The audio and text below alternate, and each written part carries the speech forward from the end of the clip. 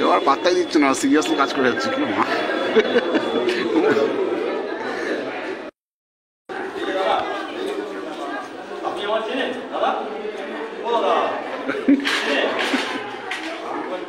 আমাকে চেনেন না?